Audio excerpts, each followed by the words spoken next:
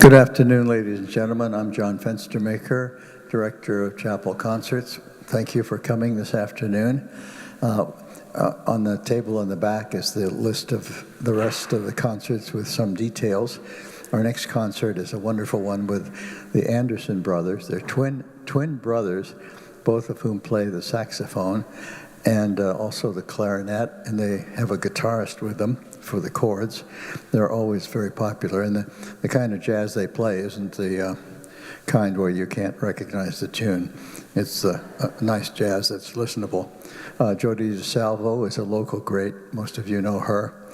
She's worked with Glenn Basham, the concertmaster emeritus of the Naples Philharmonic, but she'll be solo this year, playing our wonderful piano.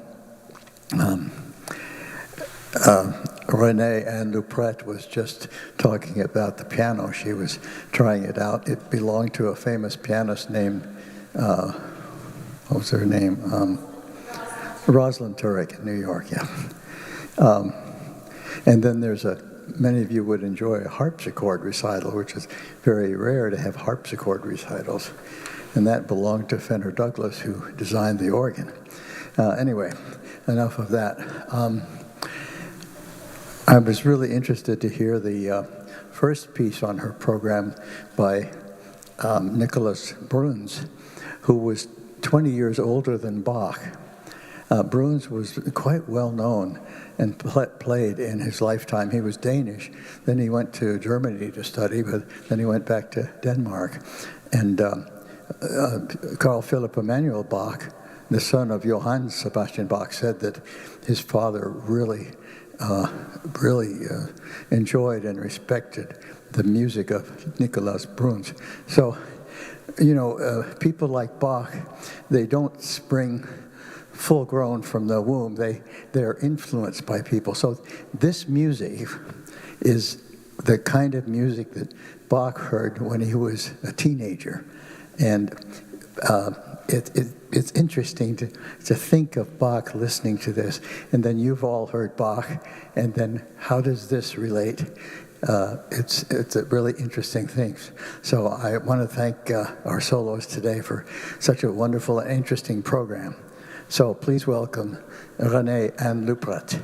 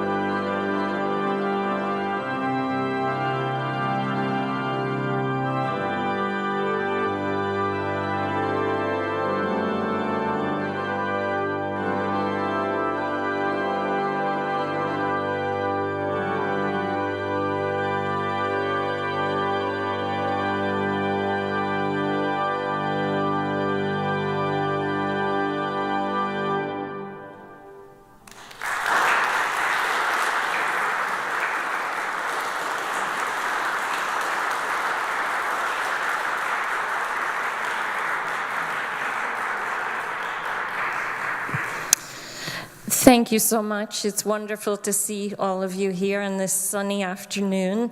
And it's been a great pleasure to spend time here in this chapel with this marvelous Taylor and Booty pipe organ, the piano, the harpsichord, and amongst friends here in Naples this week. So thank you all so much for your warm welcome. And also thanks to John Fenstermaker for setting up such a wonderful series and welcoming me here with great hospitality. And it's also a special occasion for me because one of my dear teachers and main mentors of my life as an organist is here from Fort Myers, James David Christie, who really, well, made a great attempt at teaching me how to play an organ like this. I studied with Jim on the Taylor and Booty organ of Holy Cross College for a number of years, so it's very touching for me to have him here. He's been a great musical influence on my life, so I'm greatly indebted. So John told you a little bit about the first piece by Nicolaus Bruns. Next, we have a little gem of a piece based on the Psalm 130, Aus tiefer Not, out of the depths I cry unto thee. So this is quite an austere text from Psalm 130, and this next setting is quite a jolly little piece. So it's quite surprising. It's a different hymn tune than, say, for example, the hymn tunes that Bach and others set of Aus tiefer Not. This is a different melody, and Böhm surprisingly sets it in quite a jolly little arrangement that features the trumpet and reed stops of the organ. Following that, I'm happy to present a transcription of some operatic music from the French Baroque period by Elisabeth Jacquet de la Guerre. So I came across this piece during my teachings at Bard College in upstate New York. I've been directing the Baroque orchestra there now for 6 years, and I made a project with some of my students to investigate the music of Elisabeth de la Guerre. And we came across her opera, which was not terribly successful in her lifetime, sadly, but it's a marvelous piece of music. Elisabeth de la Guerre was a musical prodigy. She was recognized at a very early age. She came from a family of musicians and harpsichord builders, and Louis XIV took her under his wing, sponsored her musical studies, was her patron until his death, greatly encouraged her. She was a marvelous composer of instrumental works, harpsichord works, and this 5-act opera with a prologue, a tragedy lyrique. And with my students, we excerpted some of the more delightful dance movements from the opera and put it together as an instrumental suite. And we also chose one air from the 3rd act, a lamentful air sung by Cephal. And so I've discovered that these pieces sound really fantastic on the pipe organ as well if I present them with taking an approach from the French Baroque. Now, this organ was designed and is named in honor of Fenner Douglas, who was one of the crucial figures in the teachings, research and teachings of French Baroque music. So I thought, I really must play this arrangement, give it a try on Fenner's organ, really, because we owe so much to Fenner for his research and teaching of this style of music. So, the De la Guerre suite is a number of different movements, as you'll see listed in the program, and there's no electronic help on this instrument, so for every single movement, I will be changing the stops, you know? So just give me a little bit of time and your patience as I switch the sounds in between some of the movements, some of which are quite short, and hopefully the suite will show a lot of color from the instrument, its French voice, really. So I hope you enjoy these next few pieces.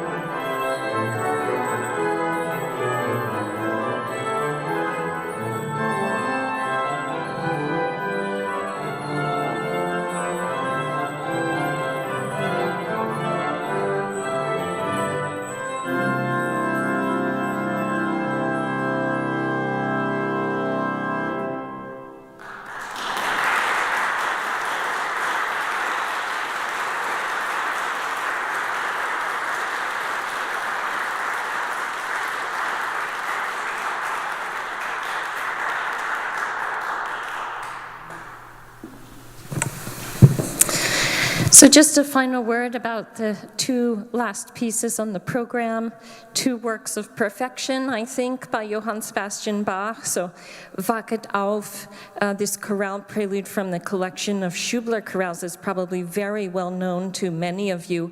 It stems from Bach's Cantata 140 of the same name, Wacket auf. I think it's just an absolutely perfect piece of music. We often hear it during Advent because of the various themes within the chorale text that are associated with Advent, although Bach wrote it, I believe, originally the cantata for the 27th Sunday after Trinity, if I'm not mistaken, but we can still hear it outside of the season of Trinity or Advent because it's such a wonderful and perfect piece of music. And so John and I were working yesterday just to refine some of the choices of the stops that I had made for all of the pieces on the program, because it's a very different sensation to be seated here at the console and all of the sound goes up and over your head and you really don't have a clear idea sitting here of what things sound like out there, either the power of the organ or how certain stops balance with one another. And so we found several things and came up with a favorite registration, except that it requires me to play the right hand down an octave from where it's written, and it requires me to play the left hand up an octave. So I'm going to try to play this marvelous piece cross-armed like that, so we'll see if I succeed.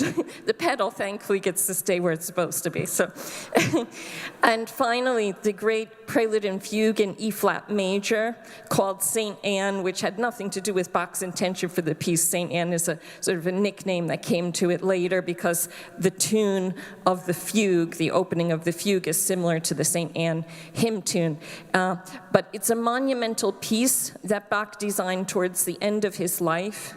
It bookends, the prelude and the fugue surround all of the chorales based on the catechism within this collection called Klavierübung 3.